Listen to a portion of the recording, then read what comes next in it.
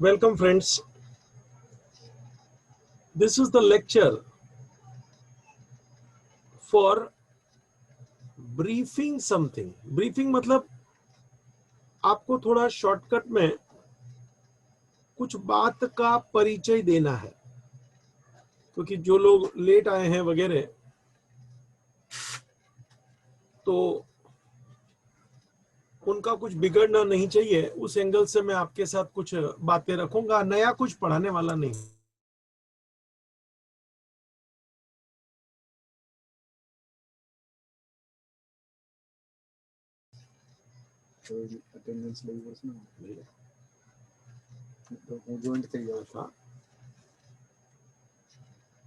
तो it is about bookkeeping and accountancy subject.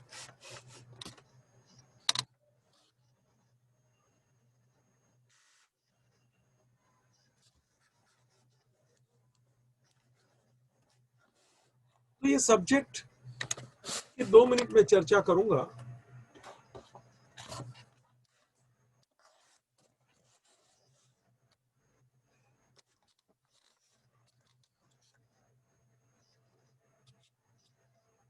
बेटा, bookkeeping and accountancy, it is just introduction,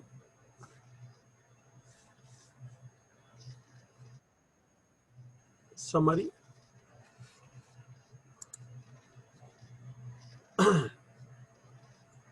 बेटा bookkeeping किसको बोलते हैं?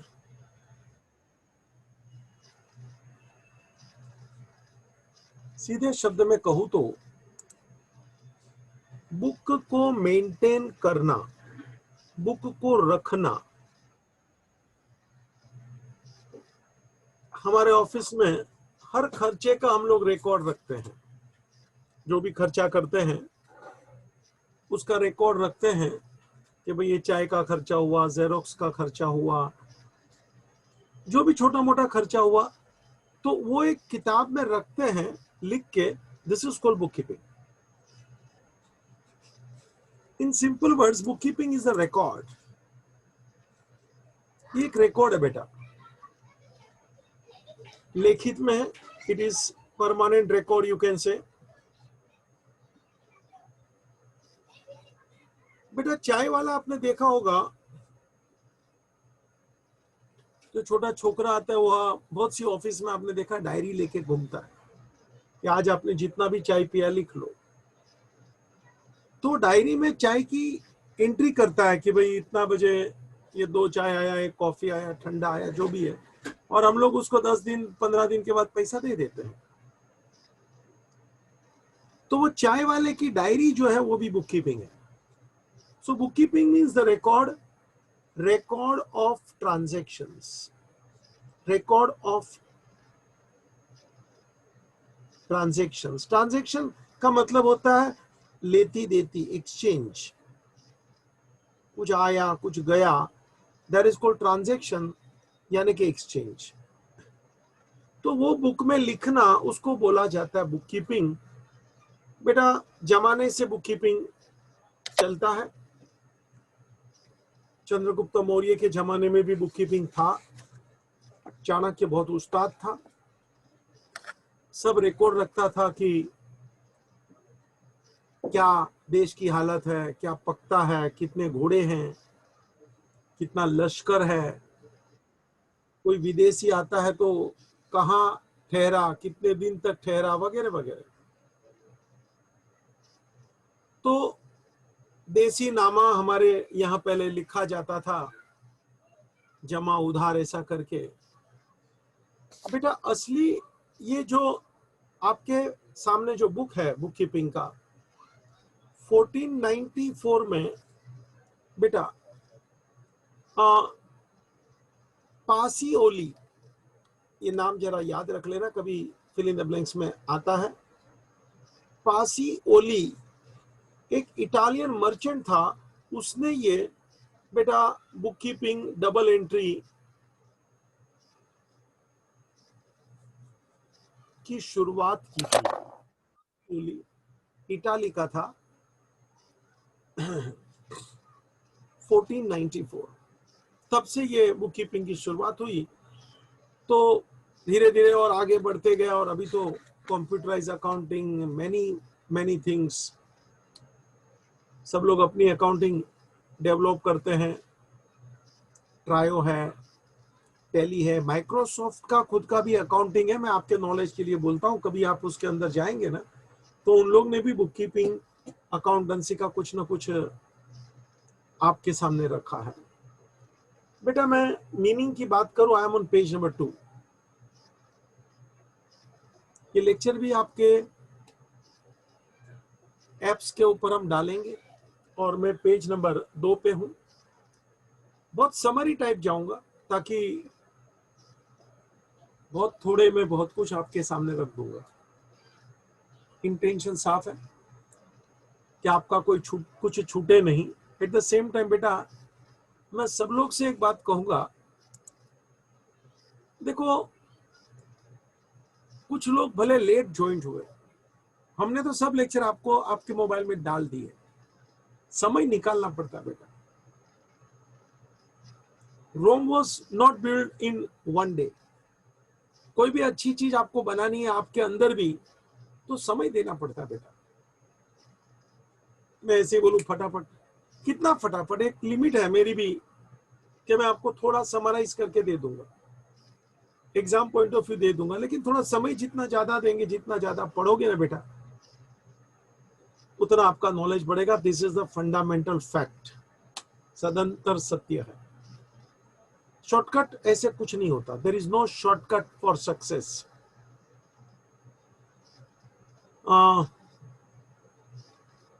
आर्ची बेटा सुनाई देता है ना बराबर? जतन बेटा? Yes, sir. Good. Kripali? Yes, sir. Fine.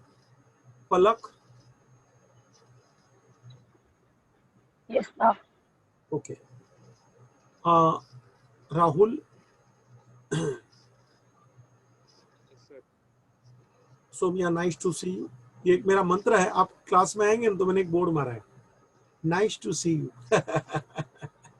जब भी लोग आते हैं ना तो वो स्टेयरकेस चढ़ते हैं, तो आधे स्टेयरकेस के ऊपर ऐसे मैंने बोर्ड मारा है। आधा फ्लोर खत्म होने के बाद वापस आधा फ्लोर चढ़ना पड़ता है ना, तो मैंने HM क्लास का बोर्ड मारा है, HM क्लासेस, और नीचे लिखा है नाइस टू सी यू। बेटा जीवन में इतना ध्यान रखना, पॉजिटिव माइंड रखना, हंसता चेहरा रखना, बहुत कुछ सॉल्व हो जाएगा। फाइन। वरुण बाबा? Yes, sir. Yes, sir. Yes भाई। Hello. हाँ, वन मोर यस। ये हमारा जूना यश है, यश कुंदेर। Yes, sir. बेटा अच्छा लगा तेरे को सुन के, ठीक है। बाकी बहुत लोग के फोन आए थे, मैंने कहा लेक्चर में ऐसा कुछ मैं नया नहीं पढ़ाने वाला हूँ। ओके, मैं आगे बढ़ता हूँ बेटा। मैं पेज नंबर 2 पे हूँ, जरा देखिएगा। उसमें मीनिंग एंड डेफिनेशन लिखा है, उसकी मैं बात करना चाहता हूँ। What is the meaning of book keeping? मैं पढ़ता हूँ खुद। In simple words, book keeping means, जरा ध्यान रखना, पेज नंबर 2 पे हूँ, लिखने का टाइम पास नहीं करूंगा ताकि मैं आपके साथ ज्यादा बातें कर सकूं। Book keeping means recording of the business transaction. Business का जो भी लेती देती है ट्रांजैक्शन, वो लिखना। रिकॉर्डिंग यानी लिखना। बिजनेस का लेती देती, बिजनेस में कुछ आया, बिजनेस में से कुछ गया, तो क्या लिखो। बेटा मैंने बहुत लोगों को देखा है लिखते नहीं है और फिर पछताते हैं, याद नहीं रहता है, झगड़ा होता है। बेटा आप हिसाब बराबर रखो ना, किसके साथ भी हो गए। चाय वाला भी आपको सिखा के गया ना, डायरी रखता है, नहीं तो उसको कहाँ मालूम पड़ेगा आखिर महीने में कितने लोगों ने कितना चाय कॉफी पिया, टोटल हिसाब की। We have limited memory please. कोई भी हो, मैं हूं या आप हो, तो लिखना चाहिए बिजनेस के सब ट्रांजैक्शन। ट्रांजैक्शन यानी बताया ना, लेती देती, लिखो। In the books of accounts in the systematic way, अच्छे ढंग से लिखो, तारीख लिखने का, पर्पस लिखने का, अमाउंट लिखने का, उसका बिल नंबर, ये वो होगा, सब लिखना चाहिए बेटा, बहुत फर्क पड़ता है। आगे बुक कीपिंग मतलब लिखना, all the monetary transactions are recorded. Monetary आपको अच्छा लगता है तो बाजू में आपके टेक्स्ट बुक का मीनिंग लिख लेना।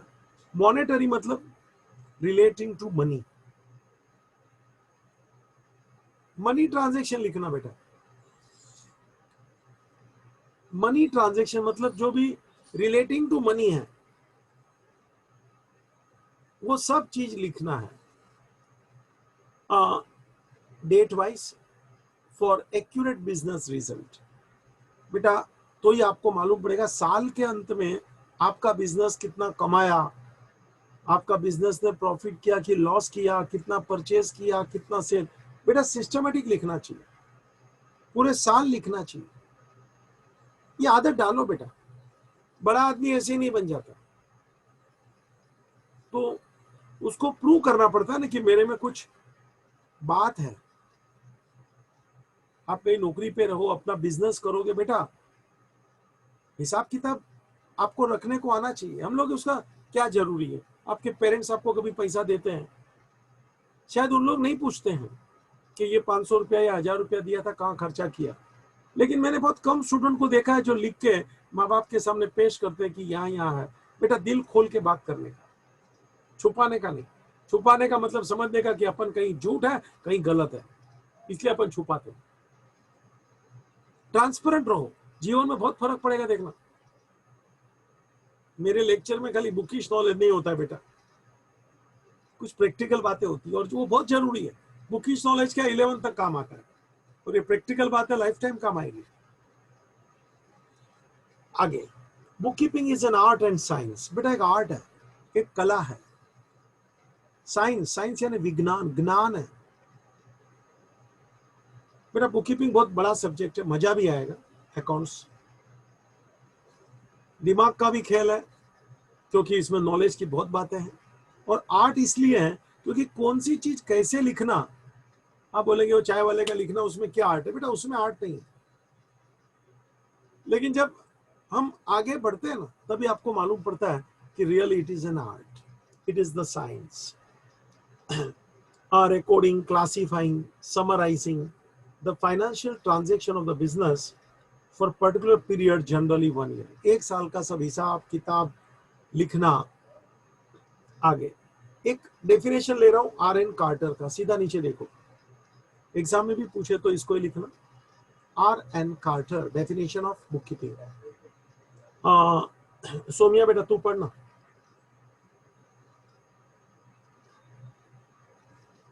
सोमिया,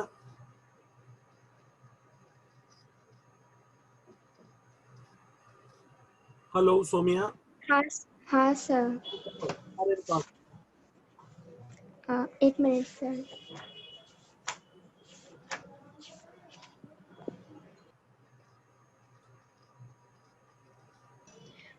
R.N. Carter, bookkeeping is the science and art of correctly recording in the books of accounts all those business transactions that result in transfer of money or money's worth. Repeat.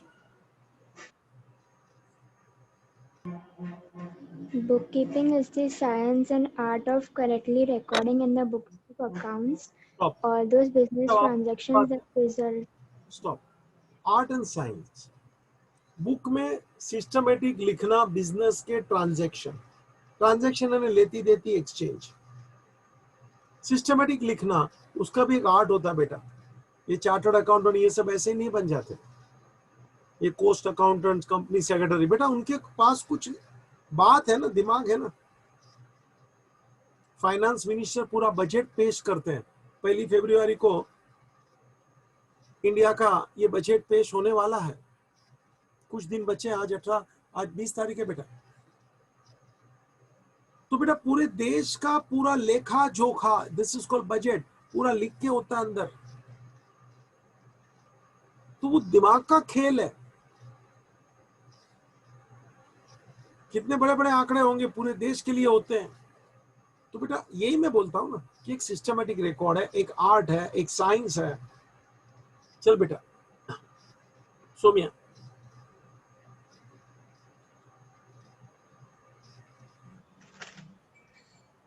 All those business transactions that result in transfer of money or money's worth. Money यानी पैसा, मनीज worth यानी पैसे जैसा। अब ये money तो समझ गया, मनीज वर्थ यानी पैसे जैसा यानी क्या? फॉर एग्जाम्पल बेटा मेरे पास जूना एसी है, वो मैं निकाल देता हूं, उसके बदले में मैं कुछ फर्नीचर ले रहा हूं। तो जूना एसी गया, फर्नीचर आया, तो ये भी एक ट्रांजैक्शन है, इसको भी लिखना चाहिए। तो पैसा दे के लेती देती है वो तो मनी हुआ, लेकिन कभी कभी पैसा नहीं है फिर भी लेती देती है, और वो लेती देती पैसा ही बता रहा है, तो उसको भी लिखना चाहिए। That is called money worth. बेटा नीचे फीचर्स है, उसका कोई काम नहीं है। सीधे आगे बढ़ता हूं मैं, पेज आप भी घुमा लीजिए मेरे साथ। बेटा page number 4, what is the meaning of accountancy?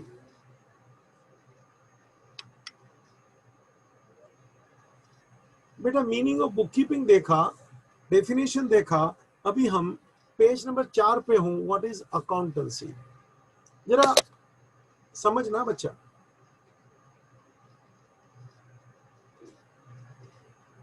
बेटा आपके घर पे कोई फंक्शन हो, 200 आदमी लोग का खाना हो, आपने महाराज को बुलाया। देखना, तो महाराज आएगा, उसकी टीम भी लाएगा, क्योंकि एक दिन में सबको खाना खिलाना है, वन टाइम ओनली। तो पहले वो आपको लिस्ट दे देगा कि इतना गेहूं का आटा, ये वो, शक्कर, गुड़, मिर्ची, जो भी मांगता है, सब्जी, ये वो सब आपको प्रस्तुत करना है, तेल घी जो भी बोलेगा। तो कि ठीक है सर, लेके आएंगे, क्योंकि अपना फंक्शन है, 200 आदमी को खाना खिलाना है। महाराज अपने साथ 2-4 आदमी लोग को और लाएगा, वो सब्जी काटने वाला, वो आटा बोलने वाला, ये वो छोटा मोटा बर्तन सफाई, ये वो सब लोग। मुझे क्या बोलना है, लेकिन असली जो चीज बनाने का काम करेगा ना, सब्जी काटने का काम वो नहीं करेगा, सब्जी को धोने का काम वो नहीं करेगा, आटा बुनने का काम नहीं करेगा, छोटा मोटा काम सब उसके साथ में जो लोग है करेगा, लेकिन जो असली चीज का टेस्ट लाने का जो काम है लास्ट में, वो महाराज बराबर देखता है। तो क्या सर, वो तो उसका ही काम है। छोटे मोटे लोग, वो सब्जी काटने वाले, आटा बुनने वाले, सफाई वाले, डिश धोने वाले, पोछा लगाने वाले, ये सब का कुछ काम नहीं। लेकिन अच्छा रसोई का टेस्ट लाके उसको पेश करने का काम तो महाराज का सर, जो 100-200 जन का वो खाना बनाएगा। मुझे यही बोलना है, बुक कीपिंग का मतलब है सब लिखो, सब लिखो, सब लिखो, सब लिखो, सब लिखो। लेकिन बेटा साल के अंत में इसका रिजल्ट क्या आया, हमारे पास कितनी संपत्ति बढ़ी, हमने कितना कर्जा किया, कर्जा चुकाना पड़ता है, हमको किससे पैसा कितना लेना है, किसको पैसा कितना देना है, पूरे साल का हिसाब चाहिए, पूरे साल का हिसाब मुझे चाहिए बेटा। और वो काम जो करता है उसको हम लोग अकाउंटेंसी बोलते हैं।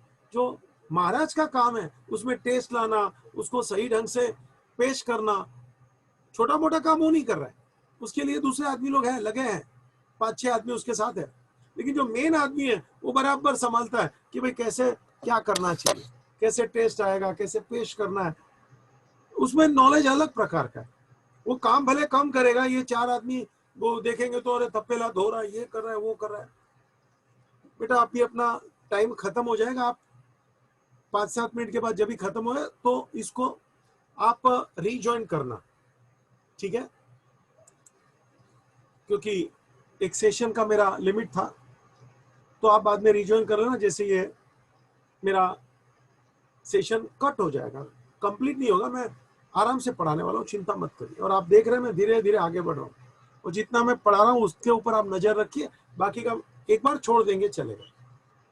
छोड़ देने का मैंने बोला नहीं, एक बार छोड़ देंगे तो चलेगा कि भाई जितना समय है पहले निपट लो, है ना, पहले निपट लो। तो महाराज का काम है उसको टेस्ट करा अच्छा रखना, उसको अच्छे ढंग से पेश करना, प्रॉपर काम। तो अकाउंटेंसी भी यही काम है बेटा। बुक कीपिंग का मतलब होता है छोटी छोटी बात लिखो, बुक में लिखो, ट्रांजैक्शंस इन द बुक। लेकिन इसका फाइनल जो रिजल्ट आएगा ना बेटा साल का, कि भाई प्रॉफिट कितना आया, साल का लॉस कितना हुआ, हमारे पास संपत्ति कितनी है, हमारा कर्जा कितना हुआ, ये सब आंकड़े फटफट मुझे चाहिए। वो काम इसको बोला जाता है अकाउंटेंसी। जरा समझ लो बेटा, बुक कीपिंग एक चीज है, अकाउंटेंसी दूसरी चीज है। बुक कीपिंग एक चीज है, अकाउंटेंसी मतलब उसके बाद का काम आप बोल सकते हो। पहले सफाई झाड़ू पोछा वो सब लोग करेंगे, बर्तन साफा ये वो लोग करेंगे, सब्जी को धोना ये वो काम करेंगे, काटना ये वो दूसरे लोग। लेकिन आप मेन काम पे ऊपर देखेंगे तो क्या महाराज बैठा होगा, और महाराज सबको ऑर्डर भी करेगा, वो कर चल, वो कर लेना, वो कर लेना। 100-200 जन का रसोई उसको टाइम पे देना है ना बेटा, कि भाई 11 बजे 12 बजे तक रेडी बनता है उसको। तो बराबर एक एक को ऑर्डर देता है, काम निकलवाता है, ताकि उसको मालूम है कि मुझे 11-12 बजे तक रसोई रेडी मांगता है। तो अकाउंटेंसी यानी वो काम है कि जो साल के अंत में, at the end of year, it will give you the summarized record. Profit हुआ, लॉस हुआ, इतना परचेज है, इतना सेल है, आपका हिसाब किताब का लेखा जोखा ये अकाउंटेंसी देता है। बेटा बुक कीपिंग बेसिक चीज है, अकाउंटेंसी उसके ऊपर की चीज है। यहाँ पेज नंबर 4 पे डेफिनेशन नहीं पढ़ना, खाली मीनिंग पढ़ लेना, दैट्स इट। मैं आगे बढ़ रहा हूं।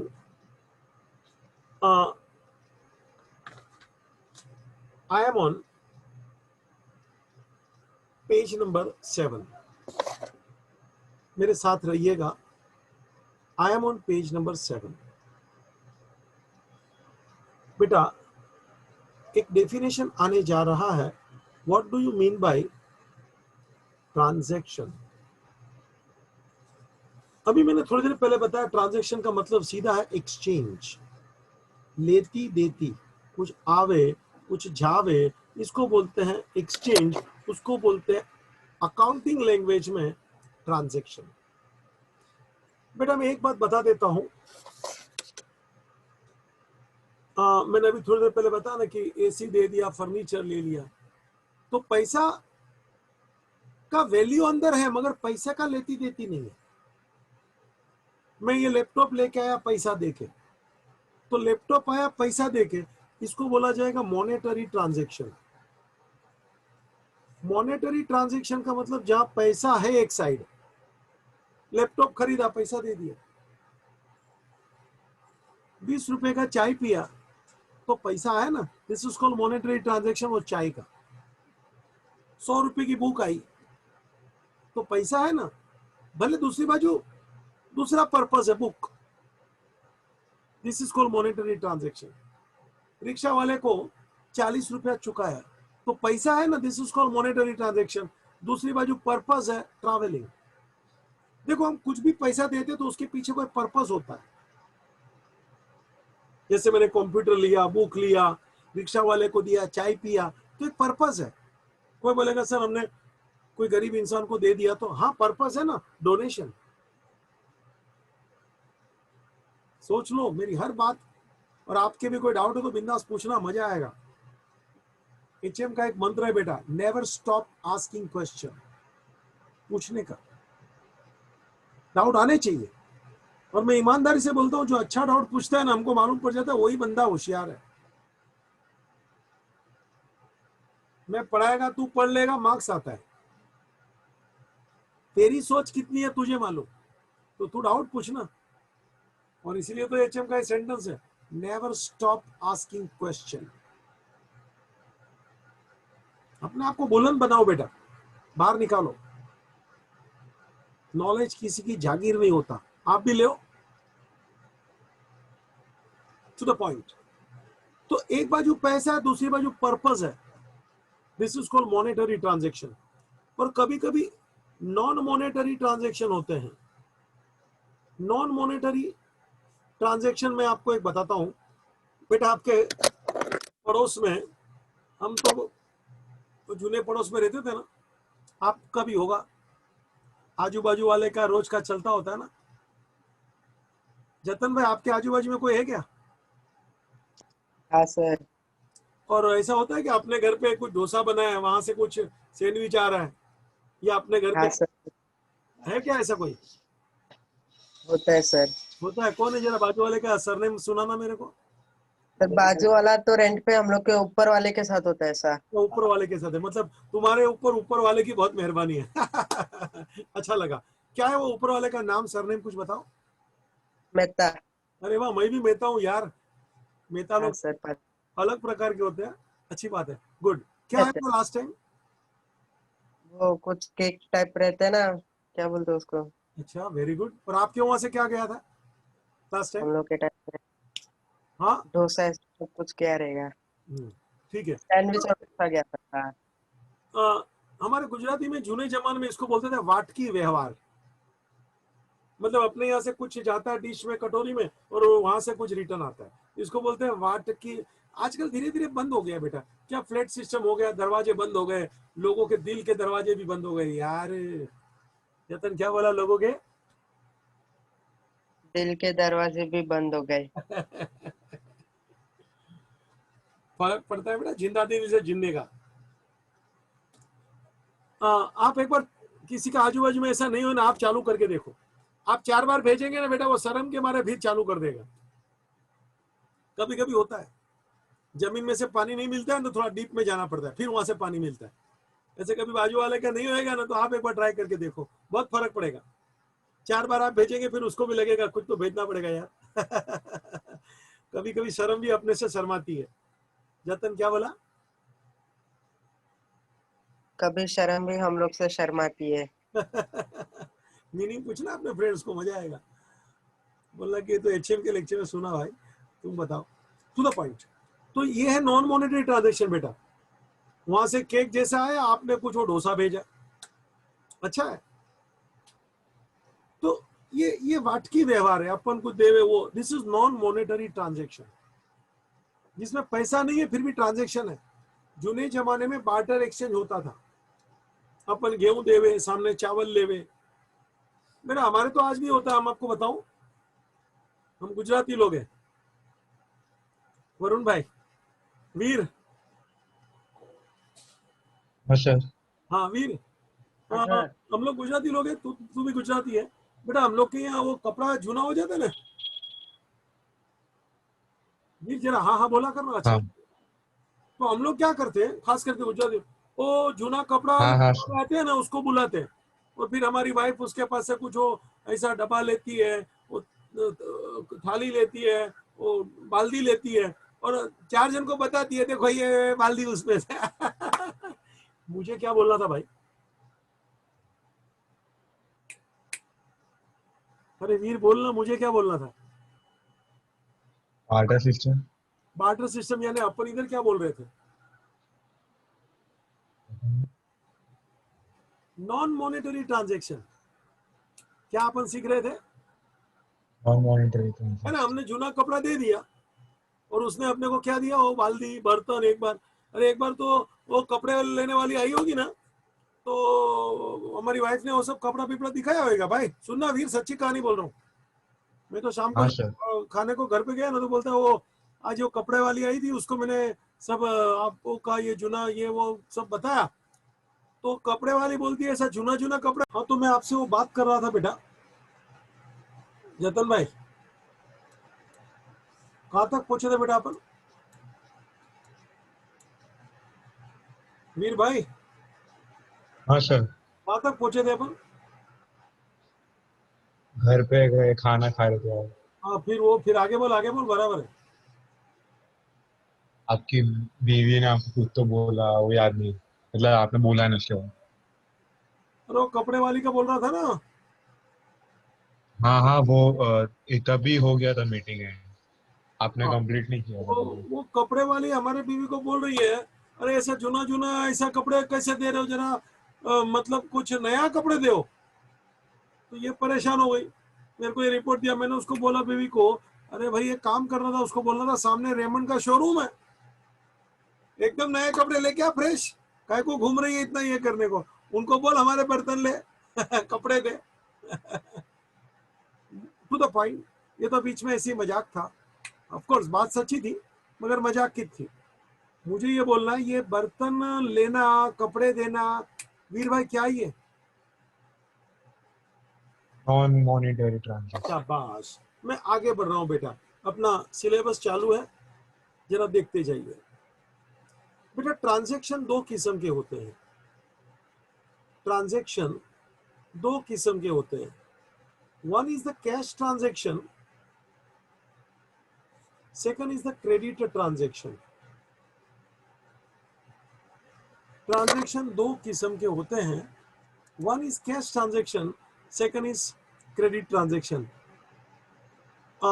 वरुण रिपीट कर। सर ट्रांजैक्शन दो प्रकार के होते हैं, one is cash transaction and another is credit transaction. Good. Cash का मतलब है रोकड़ा,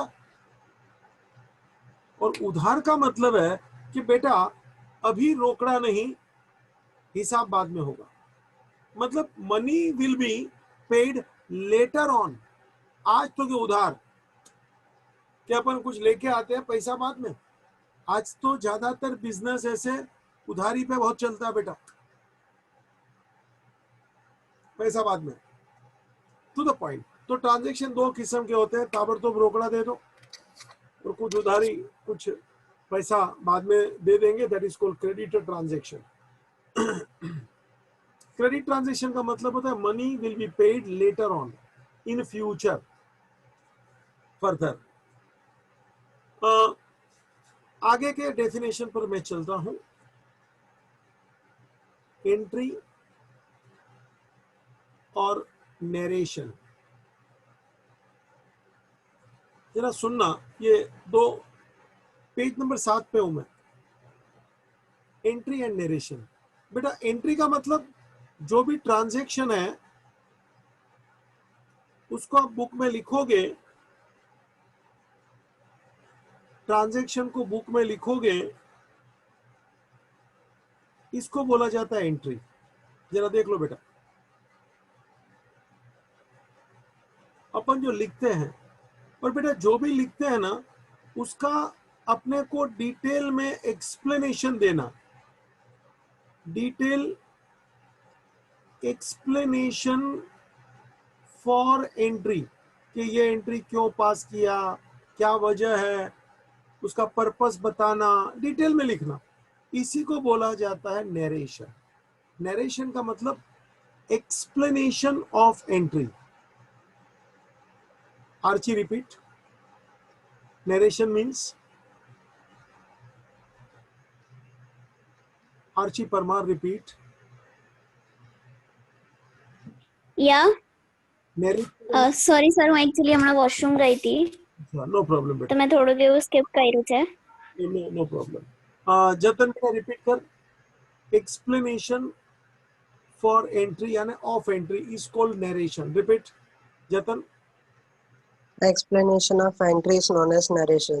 एक्सप्लेनेशन यानी डिटेल में बताना कि ये अपन ने कौन सा ट्रांजैक्शन किया था, किसके साथ किया था, क्या बिल है, उसका जो चीज है उसका डिटेल में छोटी छोटी बातें लिखना।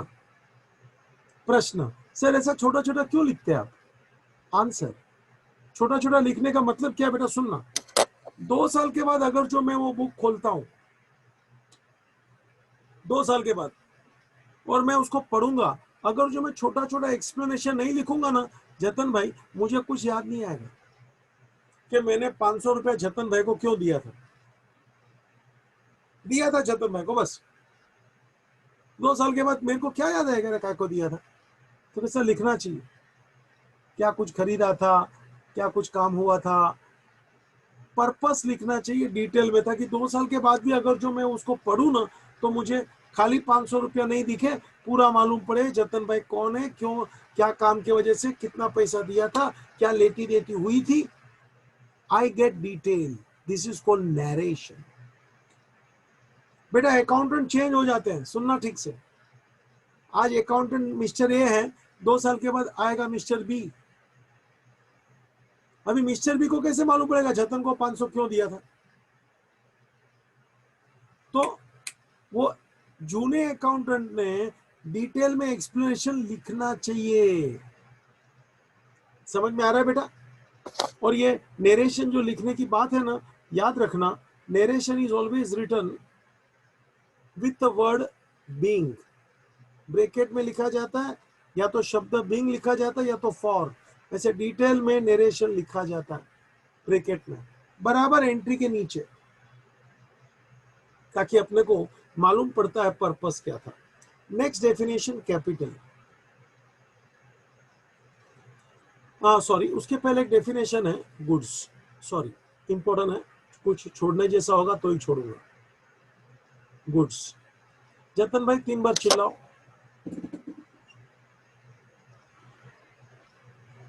Goods goods goods. गुड्स का मतलब जरा सुनिएगा बेटा, द कॉमोडिटी चीज और द आइटम वस्तु in which the commodity or the item in which trader deals यानी व्यापार करना। बिजनेसमैन कोई चीज में व्यापार करता है, उसको गुड्स बोला जाता है। Late me give example. Item और कॉमोडिटी वस्तु जिसमें अपन व्यापार करते हैं। बेटा हमारे बाजू में अदिति होटल है, तो यहाँ है सर, है बेटा, वो इडली डोसा ये सब बना के बेचते हैं, तो उसके लिए ये सब इडली डोसा वगैरह है गुड्स। हमारे बाजू में दवाई की दुकान है, तो है बराबर है सर, होगी ना। तो वो दवाई की दुकान के लिए जितनी भी ड्रग्स एंड मेडिसिन है, गुड्स है। गुड्स का मतलब जरा सुन लेना कि अपन खरीदते हैं सावधान और फिर उसको बेचते हैं। तो जो चीज आप खरीदते हैं क्योंकि आपको बेचना है, पॉइंट टू बी नोटेड, खरीदते हैं क्योंकि मुझे बेचना है, वो चीज खरीद के वो चीज मुझे बेचना है, of course on profit, that is called goods. बेटा क्लास में हम लोग ने ये टेप रखा है, ये लैपटॉप लिया है, तो ये हमारा गुड्स नहीं है। क्यों? क्योंकि हमने खरीदा जरूर है लेकिन बेचना नहीं है। We have purchase this laptop etcetera for our use purpose. लेकिन हमारे थोड़े आगे सोनी की दुकान है, तो उन लोग के पास सोनी का कलर टीवी, लैपटॉप, ये वो सोनी का बहुत कुछ आता है, तो वो तो कि सर उसके लिए वो जो सोनी का लैपटॉप वगैरह आप बोल रहे हो, मोबाइल फोन वगैरह, गुड्स है, और मेरे लिए वही लैपटॉप मोबाइल एसेट है। एसेट का मतलब होता है प्रॉपर्टी, जो बेचने के लिए नहीं है, फॉर यूज पर्पस। हमारे सामने एक फर्नीचर वाला है, शैलेश फर्नीचर, पहले हमारा स्टूडेंट भी रहा है, यहाँ इलाके में तो बहुत मिलेंगे ना आपको। अब देखना, उसके पास जो फर्नीचर है वो बेचने के लिए है, मतलब वो फर्नीचर नहीं उसके लिए, टेबल कुर्सी ये वो जो भी बोलो आप, गुड्स। लेकिन हमने ये टेबल कुर्सी खरीदा है उसके पास से, हमारे लिए ये एसेट है, उसके लिए ये टेबल कुर्सी तो क्या गुड्स है। तो गुड्स का मीनिंग समझा बेटा वीर भाई? हाँ सर समझे। एक उदाहरण आपके तरफ से हो जाए गुड्स का। मेरी तरफ से हाँ तेरी तरफ से कोई पार्टी देने वाला है, मेरी यही है, चलो उदाहरण देने का उसमें अरे हाँ सर, एक मिनट। माइंड। लाइट की दुकान में लाइट को सॉरी, लाइट की दुकान में लाइट, उसके लिए गुड्स हो गए, हमारे लिए कुछ एसेट्स हो गए। शाबाश, गुड, अप्रिशिएटेड। बेटा ये ट्यूबलाइट है, बल्ब्स है, जो भी होल्डर है, स्विच है, तो वो जो दुकान वाला है उसके लिए गुड्स है, हमारे लिए वो गुड्स नहीं, वो एसेट है। Okay fine. Next definition, capital and drawing. Rahul repeat, Rahul Pandey, क्या लिखा?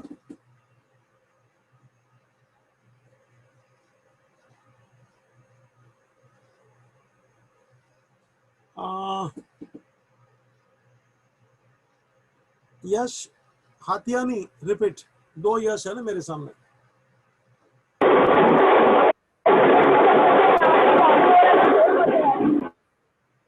अरे भाई तू क्या बाजार में बैठा है क्या यश? यश कुंदेर तू रिपीट कर, ये 2 मैं दूसरा यश को बोलूंगा।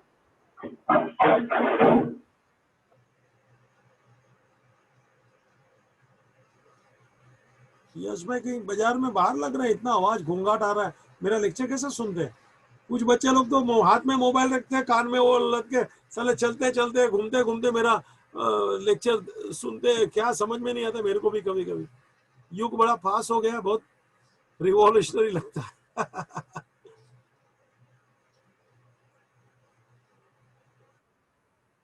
ये बाहर निकल गया, ये क्या इंटरनेट का भी प्रॉब्लम है ना।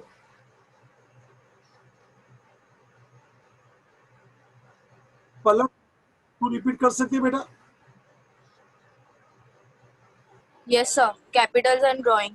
शाबाश बेटा। What is capital and what is drawing? Please listen. देखो, HM क्लासेस मेरे लिए बिजनेस है, तो ठीक है सर। मैंने यानी हितेश मेहता ने, मैं प्रोप्राइटर हूं बेटा, ये क्लास चालू किया है, पैसा लगाया है, तो बिजनेस में मैंने पैसा लगाया है, इसको बोला जाता है कैपिटल। जरा बराबर देखिए, हितेश मेहता प्रोप्राइटर है, उसने बिजनेस में पैसा लगाया है, इसको बोलते हैं कैपिटल। कैपिटल मतलब amount invested into the business,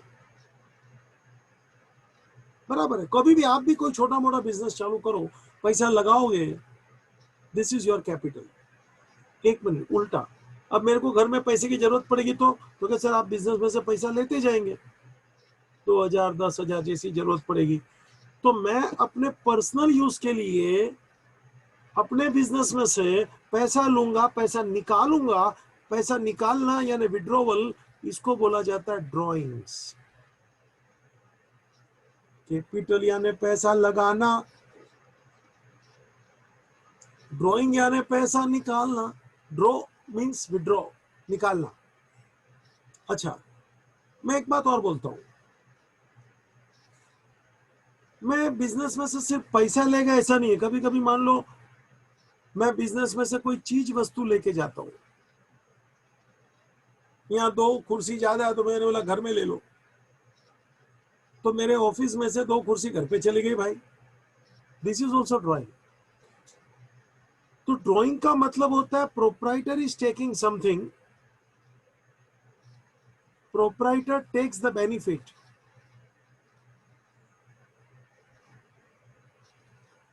from business, out of business you can say.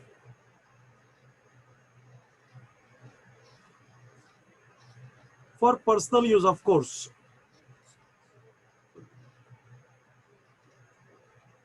चाहे वो फिर कोई किताब लेके गया, चाहे फर्नीचर लेके गया, गुड्स भी लेके गया। जिसकी दाल चावल की दुकान है बेटा, वो घर के दाल चावल तो दुकान से ही लेगा ना, तो वो ड्राइंग हो गया।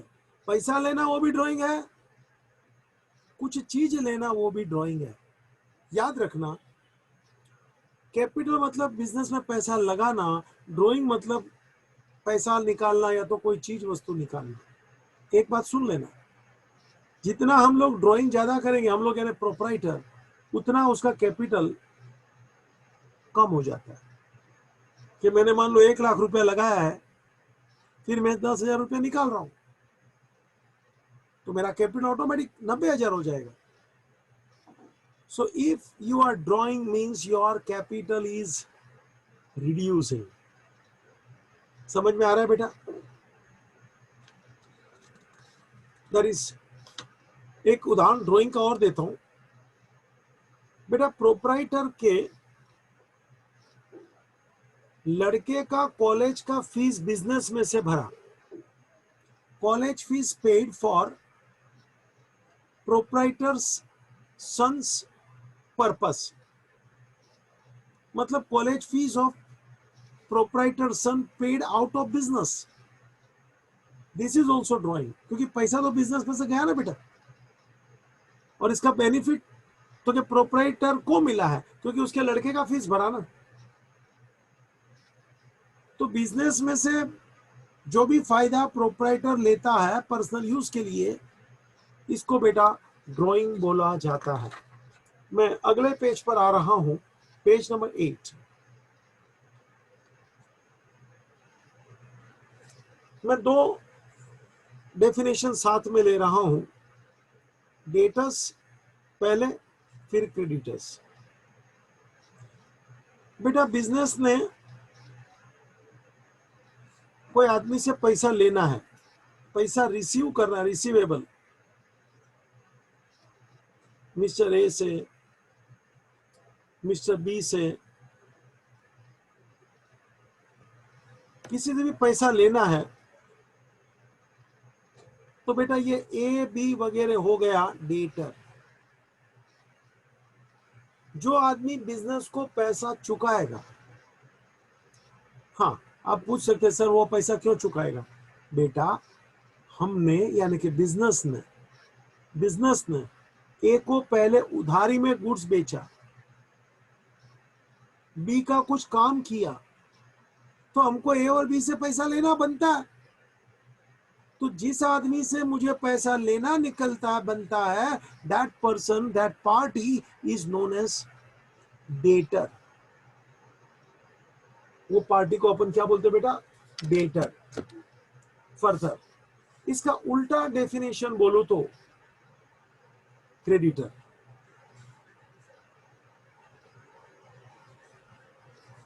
बेटा बिजनेस को पैसा चुकाना है, एक्स को, वाई को वगैरह को, we have to pay money to mister X, to mister Y. तो ये बंदे लोग जिसको मुझे पैसा पे करना है, अमाउंट पेएबल, ये हो गए मेरे क्रेडिटर। मेरे यानी बिजनेस के। Always think from business point of view, always think from business point of view. तो जिससे पैसा लेना है वो है डेटर अपना, और जिसको अपन ने पैसा चुकाना है वो है क्रेडिटर। बेटा मैंने बैंक से लोन लिया है, तो सर लोन आपको चुकाना पड़ेगा वापस, करेक्ट। तो बैंक मेरा क्रेडिटर हो गया, बैंक मेरा क्रेडिटर हो गया। मैंने मेरे प्यून को एडवांस दिया है, कि संक्रांति भी बोलता है मेरे को 500 रुपए एडवांस दीजिए, पतंग लाना है बच्चे के लिए, मैंने दे दिया एडवांस। तो वो पैसा मुझे उससे वापस मिल सकता है, मिलेगा। तो प्यून मेरा डेटर हो गया। डेटर का मतलब जिससे अपने को पैसा वसूलना है वो सामने वाला इंसान डेटर, और जिसको अपन ने चुकाना है तो वो सामने वाला हो गया creditor. Debtor is the person from whom we have to receive money, creditor is the person to whom we have to pay money। दोनों आमने सामने। बेटा मैं एक कॉमन एग्जांपल आपके सामने रख रहा हूं, मजा आएगा। A sold goods on credit to Mr. B। A ने बेचा B को उधार में 1000 रुपए का गुड्स है बेटा, वरुण भाई बताना, डेटर कौन, क्रेडिटर कौन? सर डेटा बी, क्रेडिटर ए। क्या बात, बराबर है, एकदम राइट है बेटा। जो कर्जे में है उसको डेटर बोला जाता है, और जिस आदमी ने पैसा वसूलना है वो है क्रेडिटर। तो ये मेरे एग्जाम्पल में आपने बराबर बोला बेटा, मिस्टर ए इज क्रेडिटर और mister B is debtor. Debtor शब्द डेट पे से आया है। डेट यानी कर्जा, याद रखना ये नॉलेज के लिए। डेट यानी कर्जा, और डेटर बोले तो कर्जदार। अच्छा, मैं आगे बढ़ता हूं, एक डेफिनेशन और लेना है बेटा। बिजनेस ने, मान लो मिस्टर सी से वो अपना डेटर है बेटा, 1000 रुपया लेना बनता है अपना। सी इज अवर डेटर। जरा सुनना, अब क्या हुआ बेटा, कोई कारण से मिस्टर सी ये पैसा अपने को नहीं चुका सकता है, यानी हो सकता है बेटा उसकी फाइनेंशियल हालत बहुत खराब है, हो सकता है उसकी तबीयत बहुत नाजुक हो गई है, हो सकता है उसका बिजनेस में बड़ा लॉस हो गया हो सकता है उस आदमी ने दिवालिया निकाला हो, कोई भी कारण से अभी वो अपने 1000 रुपया मिस्टर सी से नहीं आने वाला है। तो the amount which is irrecoverable, जरा स्पेल मैं करता हूं, irrecoverable, recoverable opposite irrecoverable. The amount which is irrecoverable, जो पैसा अपने को नहीं मिलेगा, जैसे कि 1000 रुपया बेटा, उसको बोला जाता है बैड डेट्स। बैड डेट्स यानी अपना पैसा नहीं आएगा बेटा, वापस 5 मिनट के बाद ये सेशन में रुकावट आएगी तो एक बार रीजॉइन कर लेना। बैड डेट्स यानी पैसा डूबा। सुन लेना बेटा, बैड डेट्स बोले तो अपना लॉस है, पैसा डूबना। क्यों? तो क्या बोला ना, वो आदमी का परिस्थिति ठीक नहीं है, बीमार हो गया है, दिवाला निकाला है, जो भी शब्द बोलिए। Next,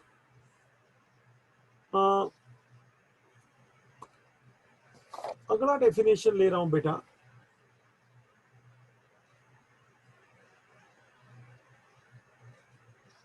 capital expenditure, revenue expenditure.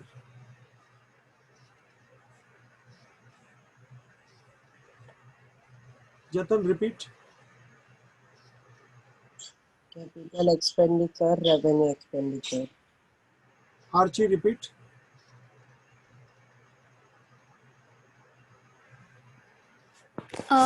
Capital expenditure and revenue expenditure. Expenditure यानी खर्चा रे। What is the meaning of capital expenditure, revenue? जरा सुनना ठीक से। रेवेन्यू का मतलब होता है रिकरिंग। फॉर एग्जाम्पल, मैंने इलेक्ट्रिक का बिल भरना है तो कैसे भरना पड़ेगा, हर महीना भरना पड़ेगा। तो ये जो खर्चा है, ये जो खर्चा है वो है रिकरिंग एक्सपेंडिचर। पगार चुकाना पड़ेगा तो कैसे चुकाना पड़ेगा, ये जो खर्चा है रिकरिंग एक्सपेंडिचर। मेरे प्रीमाइसेस का भाड़ा चुकाना पड़ेगा तो चुकाना पड़ेगा, जेरोक्स का खर्चा तो करना पड़ेगा। जनरली ये छोटे मोटे खर्चे हैं, स्मॉल जनरल है प्लीज। इसको रेवेन्यू एक्सपेंडिचर बोला जाता है। एक्सपेंडिचर यानी खर्चा, रेवेन्यू का मतलब छोटा मोटा रिकरिंग, जो बिजनेस चलाने के लिए मुझे खर्चे करने पड़ेंगे। चाय पानी का खर्चा रेवेन्यू है, रोज बरोज के खर्चे रेवेन्यू। कैपिटल एक्सपेंडिचर का मतलब क्या बेटा, जो रोज बरोज के खर्चे नहीं है, इट इज नॉट रेवेन्यू। वाह, इट इज नॉट रेवेन्यू बोलना कोई अच्छी बात नहीं है मेरी, प्रॉपर मुझे बोलना चाहिए बेटा। This are generally big amount, बड़ा खर्चा होता है। ये घड़ी घड़ी के नहीं है, इसलिए लिखा था नॉट रेवेन्यू यानी नॉट रिकरिंग, ये मतलब था मेरा। नॉट रेवेन्यू का मतलब नॉट रिकरिंग, ये घड़ी घड़ी के खर्चे नहीं है। फॉर एग्जाम्पल बेटा, मैंने लैपटॉप खरीदा, लो भाई, मैंने फर्नीचर खरीदा, एसी खरीदा, लैंड खरीदा, बिल्डिंग खरीदा, देखो ना बेटा ये बड़े बड़े खर्चे हैं और रोज रोज के खर्चे नहीं है बेटा। Purchase of laptop, purchase of building, purchase of air conditioner, ये है कैपिटल एक्सपेंडिचर बेटा। सीधे शब्द में बोलूं तो इसकी लाइफ है ना मोर देन 1 ईयर। और रेवेन्यू बोलेगा तो छोटे छोटे खर्चे घड़ी घड़ी करने पड़ते हैं। अपन ये नहीं बोल सकते कि ये खर्चा इन्हें मोर देन 1 ईयर चलेगा। ओके, किसी को कुछ पूछना है तो जरा पूछना, मैं 1 मिनट का आपको टाइम देता हूं। ये सेशन रुक जाएगा तो रिज्वाइन करना, मैं सबको बोल देता हूं। कोई डाउट हो तो प्लीज पूछना। याचना आप बड़ी लेट आई बेटा, याचना चुड़ासमा।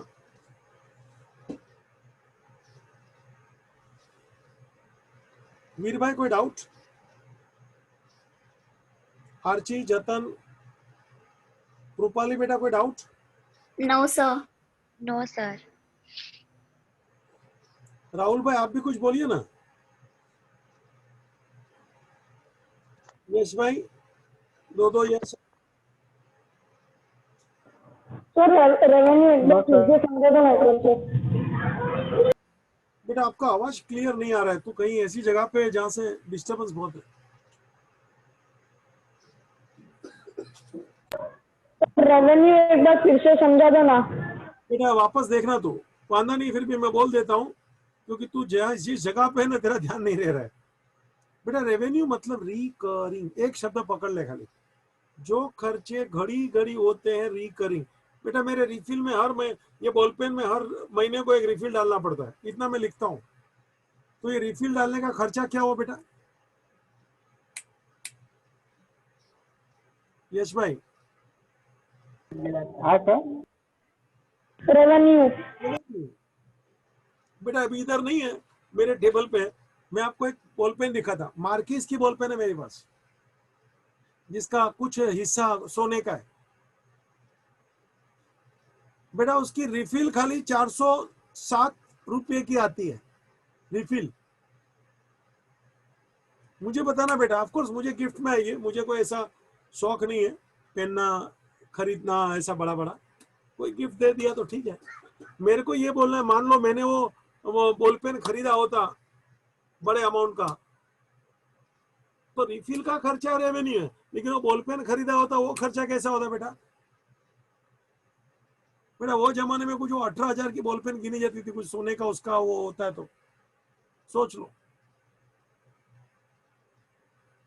यश भाई, आज तो उसकी कीमत बढ़ गई होगी क्योंकि सोने का भाव बहुत बढ़ गया सीधी बात है, सोने का भाव ऐसे ही बढ़ गया तो बॉल पेन की कीमत बढ़ गई। बोलिए भैया, तो ऐसा मान लो आप बॉल पेन ले जिसका कीमत 40,000 है, तो वो रेवेन्यू है कि कैपिटल? यश भाई चले गए क्या? नहीं सर, यहाँ पे बहुत डिस्टर्बेंस है। तो हमको पहले ही मालूम पड़ गया जब भी आपने। ठीक है बेटा, वापस देखना लेक्चर, आराम से समझेगा, क्योंकि मैंने तरह तरह के उदाहरण दिए हैं। बुक में ऐसे उदाहरण नहीं मिलेंगे जैसे मैं बातें करता हूँ खुल के। फर्क पड़ता है बेटा, आपका दिमाग भी चलना चाहिए और आपका डाउट्स भी मुझे मिलना चाहिए। हाँ, आगे चलता हूं, किसी को भी पूछना तो पूछ सकते भाई। हाँ, इंसॉल्वेंट, सॉल्वेंट, ये दो डेफिनेशन ले रहा हूं। Insolvent, solvent, what is the meaning of insolvent? Please understand बेटा, दिवाला निकालना, इसको बोलते हैं insolvent. Can not pay all his liabilities, liability यानी जो पैसा चुकाने का है वो पूरा दे नहीं सकता है। Can not pay all his liabilities is called insolvent. बेटा सच्ची कहानी बता रहा हूं, हमारा एक स्टूडेंट था, बहुत जमाने के पहले की बात है, जब ये शेयर बाजार भी बड़ा ऊपर गया था। बेटा उसने दिवाला निकाला था, फिर उसने अपना बाइक था, घर था, वो भी बेच डाला, सब पैसे पहले पहले बहुत कमाया, और बाद में इतना बड़ा लॉस आ गया कि सब बेचा। बेटा उस टाइम पे उसका कुछ 25 लाख का कर्जा हो गया था, और ये सब उसका बाइक सोना बीना सब बेचा। अंदाज से उसके हाथ में कुछ 15 लाख रुपया जितना आया था, फिर भी उसने सब लोग को पैसा नहीं दिया। 10 लाख रुपए का उसका कर्जा ऐसे ही रह गया। वो आदमी है insolvent. The person who can not pay all his liabilities, liability मतलब पैसा जो अपने को चुकाना होता है, अमाउंट पेएबल होता है, इसको लायबिलिटी। ये सच्ची कहानी बताया मैंने तेरे को। बेटा पहले कमाया भी अच्छा, अच्छी बात है, लेकिन फिर क्या मालूम जो भी हुआ सुहा। तो लास्ट में कुछ लोगों का पैसा वो चुका नहीं सका और फिर यहाँ से भाग भी गया था वो। फिर सुनने में आया था कि वापस आया था, ऑफकोर्स हमारी मुलाकात नहीं हुई, लेकिन एक बार वो भाग गया। होता है बेटा, ये विजय माल्या भागा नहीं क्या, नीरव मोदी भागा नहीं क्या। इन लोग के पास तो पैसा है, इसका तो नाम है मालिया, माल लिया, मालिया। जतन क्या बोला? माल लिया, नाम क्या है उसका? विजय माल्या। मालिया, उसका नाम है मालिया, और उसका तो विजय ही विजय है बेटा, माल लेके भाग गया। लंदन में मस्त घूमता है जतन। हाँ सर। तो उधर तीसरा शादी हुआ, मेरे को नहीं बोला उसने। कैसा लग रहा है मेरा चेहरा?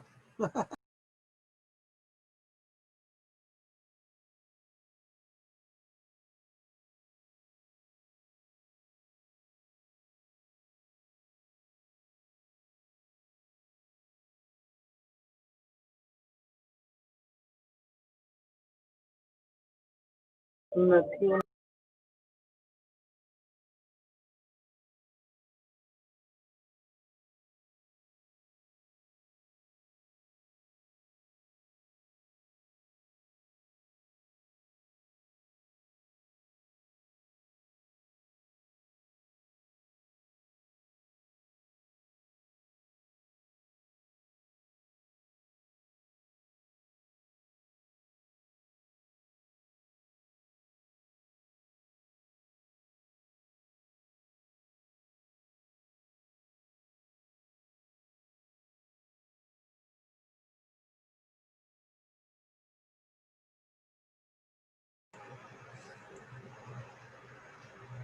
बेटा जिसका 25 लाख का लाइब्रेरी था और 10 लाख का उसका एसेट था, 15 लाख का एसेट था सॉरी, तो 10 लाख रुपया वो पब्लिक को नहीं चुका सका, तो वो पर्सन को इंसॉल्वेंट बोलने का। जतन भाई क्या बोलने का? इंसॉल्वेंट। और सॉल्वेंट का मतलब सीधा है यार, the person who can pay all his liabilities. लो भाई, मतलब उसके एसेट्स जो है ना वो ज्यादा है उसके लायबिलिटीज से। कभी कभी इक्वल हो तो भी चलता है। His assets are more or equal to liabilities. The person is known as solvent. He can pay all his liabilities. मान लो उसका लाइबिलिटी है 15 लाख और एसेट भी है 15 लाख, दोनों 15-15, तो भी वो सॉल्वेंट बेटा, क्योंकि he can clear all his liabilities. फिटम फिट है, he is solvent. Any doubt बेटा? Any doubt? आगे चलूंगा बेटा। गुडविल किसको बोलते हैं, एक शब्द में पूरा करूंगा। गुडविल मतलब नेम एंड फेम, अच्छा नाम हो, अच्छा काम हो, इसको गुडविल बोलते हैं। अकाउंटिंग भाषा में इसको बोलते हैं reputation of the business. Reputation, बेटा याद रखना, गुडविल जो है वो दिखता नहीं है, वो इनटेंजिबल एसेट है। इनटेंजिबल का मतलब जिसको अपन देख नहीं सकते, जिसको अपन टच नहीं कर सकते। इनटेंजिबल, जिसका बेटा अच्छा नाम है, मेरे हिसाब में अगर जो ये बिजनेसमैन में सबसे अच्छा किसी का नाम है तो वो है टाटा। बाकी ये दूसरे बिजनेसमैन का मुझे कहीं पे भी अच्छा नाम नहीं दिखता है, सब चोर है। और ये इंसान है, रतन टाटा ने बेटा कोरोना में 1500 करोड़ रुपया प्रधानमंत्री केयर फंड में दिया है। 1500 करोड़, ये मर्द का बच्चा है कि देश के पब्लिक के लिए मुझे इतना करना चाहिए, क्योंकि मैं कमाया हूं तो पब्लिक से ना, and this is the right time to the point. ये गुडविल है बेटा, कि वो कुछ करेगा तो उसका अपन अच्छा नाम लेंगे ना, अपना वो खून चूसेगा तो थोड़ी अपन उसका अच्छा नाम लेंगे। So reputation means good name, it is intangible asset. Next, छोटे मोटे प्रॉफिट लॉस, बेटा ये आप आराम से पढ़ लेना,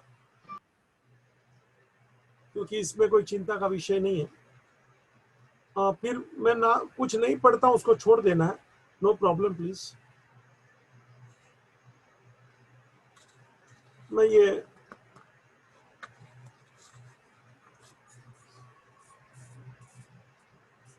फिर कंसेप्ट कन्वेंशन ज्यादा महत्व नहीं है, ऑफ कोर्स पढ़ने जैसा है, मेरे लेक्चर सुनने जैसा है, अच्छी बातें सुना तो, बाकी छोड़ दिया तो एक बार चलेगा। यहां मेरा पहला चैप्टर मोर और लेस समाप्त हो रहा है।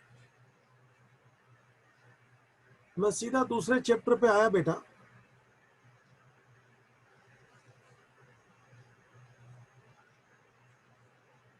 देखो दूसरे चैप्टर पेज नंबर 19 में हूं मैं।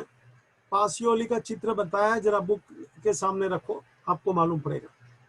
अभी मैंने थोड़ी देर पहले बताया था 1494 Italian merchant Pacioli, who is the father of book keeping and accountancy, याद रखना।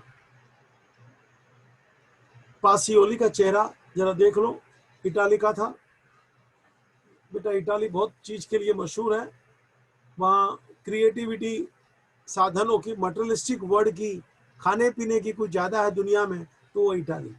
इटालियन पिज्जा ये वो सब आता है ना बेटा। क्या पिज्जा आता है कि पास्ता आता है चेतन भाई इटाली का?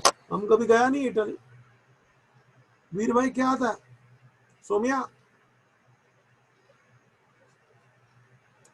इटाली का खाने का क्या आता है? अच्छा वरुण, अरे भाई आवाज आ रहा है कि नहीं? सर दोनों पास्ता पिज्जा इटली की ही है। हाँ पास्ता पिज्जा सब इटाली का ही है क्या? हाँ सर, सब इटली का है। अच्छी बात है भाई। सर राहुल गांधी। वड़ा पाव किधर गए? वड़ा पाव किधर गए?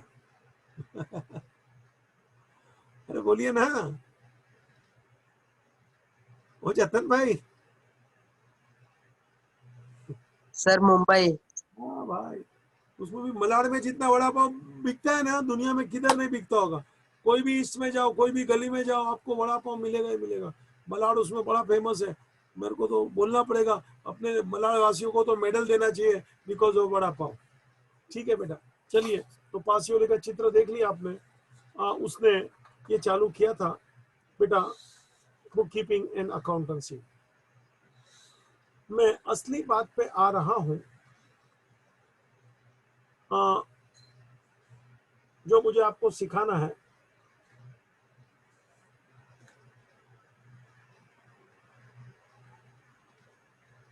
Double entry system of book keeping. I am on page number 21. बड़ा फास्ट जा रहा हूं, मगर पढ़ाता हूँ आराम से, बहुत सी चीज छोड़ दिया है जो इंपॉर्टेंट है ताकि आपको मालूम पड़े ये बुक कीपिंग अकाउंटेंसी क्या होता है।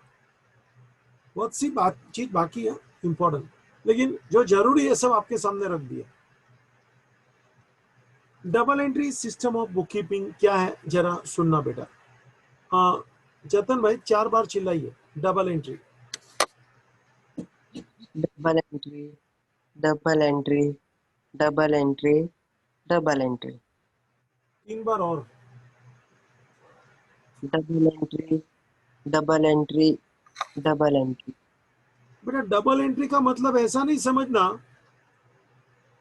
नॉट टू रिकॉर्ड, रिकॉर्ड यानी राइट ट्वाइस, ट्वाइस यानी 2 बार। डबल का मतलब ये मत समझना राइटिंग 2 टाइम्स, ना ना। डबल का मतलब ऐसा नहीं समझना कि 2 बार लिखना, ऐसा नहीं है बेटा। डबल का मतलब क्या होता है जरा सुनना। In any transaction there is exchange. Exchange का मतलब होता है something we get, something we give.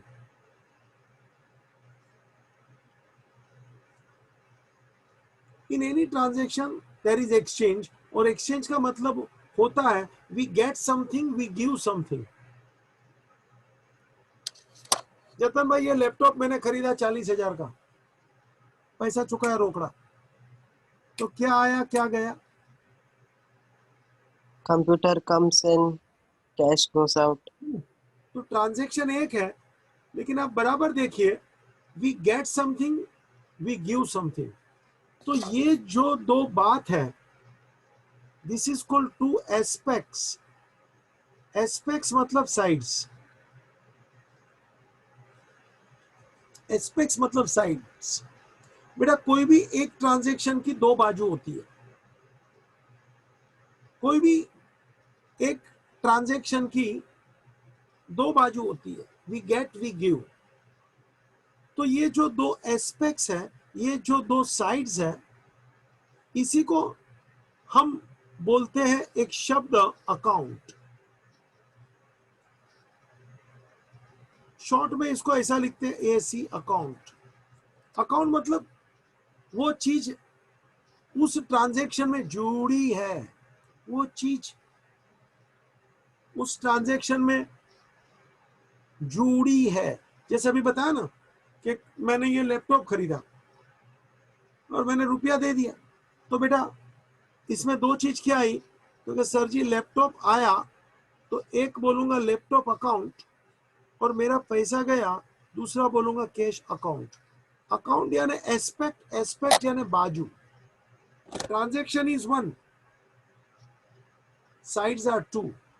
जैसे एक सिक्के की 2 बाजू होती है बेटा, coin is 1, sides are 2। Coin is 1, sides are 2।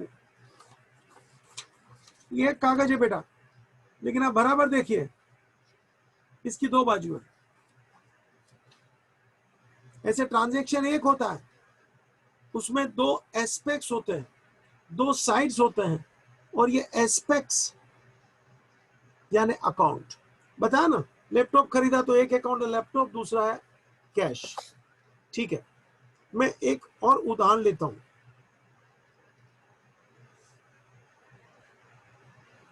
जरा देखना कि एक ट्रांजैक्शन में आपको 2 चीज दिखेगा। बेटा मैंने मोटर कार बेचा और उसके लिए मुझे पैसा मिल गया, तो एक है मोटर कार अकाउंट, दूसरा है कैश अकाउंट। तो ये 2 चीज मैं आपके सामने पेश कर रहा हूं घड़ी घड़ी, 2 अकाउंट्स के दर्शन करा रहा हूं आपको घड़ी घड़ी, और भी 1-2 उदाहरण देने वाला हूं। तो ये जो 2 चीज के दर्शन करा रहा हूं आपको घड़ी घड़ी, this is nothing but double entry system of book keeping. Entry मतलब आप उसको लिखो, बुक में लिखो दोनों को। डबल का मतलब एक ही चीज को दो बार लिखना ऐसा नहीं है। डबल का मतलब दोनों बाजू को लिखो, दोनों साइड्स को लिखो, दोनों एस्पेक्ट्स को लिखो, दोनों अकाउंट को लिखो, दोनों को पकड़ो। ट्रांजैक्शन एक है, उसमें दो आपको बातें दिखेगी। Let me give some more examples, जरा देखना बेटा। मैंने ऑटो वाले को या तो टैक्सी वाले को 100 रुपया चुकाया, तो ये एक ट्रांजैक्शन हो गया। इसमें से दो एस्पेक्ट ढूंढो। एक तो पैसा गया तो कैश अकाउंट, और दूसरा मैंने टैक्सी वाले को दिया है बेटा, वो एक प्रकार का मेरे को बेनिफिट मिला, उसका नाम है ट्रैवलिंग। जरा देख लो,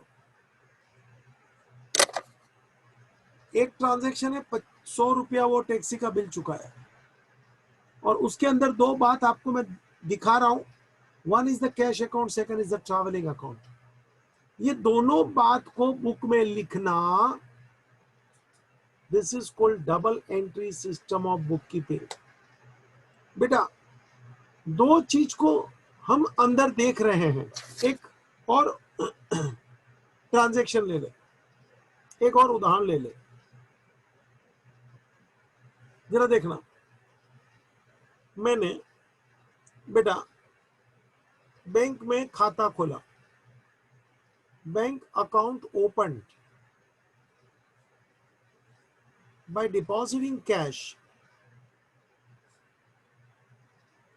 ₹10,000, 10,000 बैंक में भरा, तो ये हो गया एक ट्रांजैक्शन बेटा। अभी इसके अंदर दो चीज तू देख ले।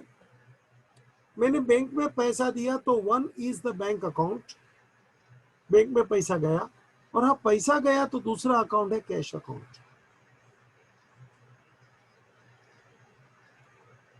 देख लो, मैं आपके सामने घड़ी घड़ी दो एस्पेक्ट्स दिखा रहा हूं, दो अकाउंट के नाम लिख रहा हूं। ट्रांजैक्शन एक है, लेकिन उसके अंदर से आपको दो चीज के दर्शन हो रहे हैं, और ये दोनों चीज को बुक में लिखना, this is called double entry system of book keeping. recording both the aspects, recording both the aspects in the book is called double entry system of bookkeeping. अब एक बात, one account receive the benefit,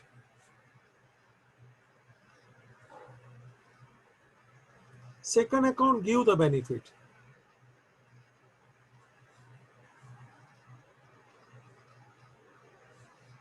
ये जरा समझना ये वाक्य, one account receive the benefit, second account give the benefit. ये हमेशा ऐसे होता है बेटा, एक अकाउंट में से बेनिफिट मिलता है, एक अकाउंट बेनिफिट देता है। कुछ अपने पास आता है, कुछ अपने पास से जाता है। मतलब मुझे ये बोलना था, we have to debit one account, we have to credit another account. ये जरा ध्यान रखना, ये डेबिट क्रेडिट, जमा उधार, डेबिट क्रेडिट, जमा उधार, ये चलते रहता है बेटा। आवन जावन, we get something, we give something. ये दोनों चीज को बराबर देखना, समझना, लिखना। एक को डेबिट करके लिख, एक को क्रेडिट करके लिख, मगर दोनों को लिख। This is called double entry system of bookkeeping. Her transaction में दो साइड्स है, यानी कि दो एस्पेक्ट्स है, बाजू है, यानी कि दो अकाउंट है। One account receive the benefit, another account gives the benefit.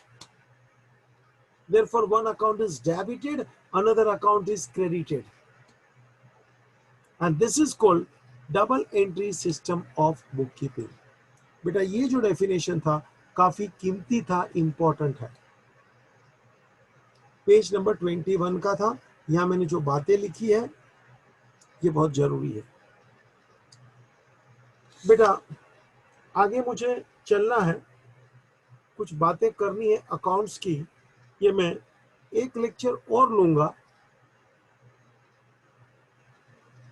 Friday को ही ले रहा हूं, मतलब फ्राइडे को भी रेगुलर लेक्चर नहीं लेने वाला हूं, आपके साथ बात करूंगा। इतने टाइम में आप थोड़ा, इतना मैंने आज पढ़ाया, 21वें पेज पर पहुंच गया बेटा।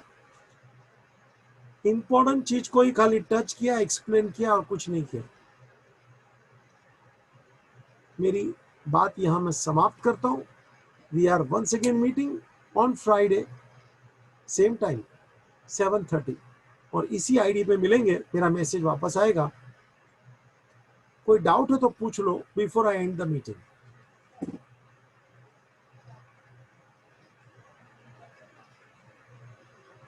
नहीं सर, कोई डाउट। ठीक है बेटा, नो प्रॉब्लम। फिर भी कोई डाउट है थैंक यू सर। तो अपन मिलेंगे। Thank you. Ending the meeting.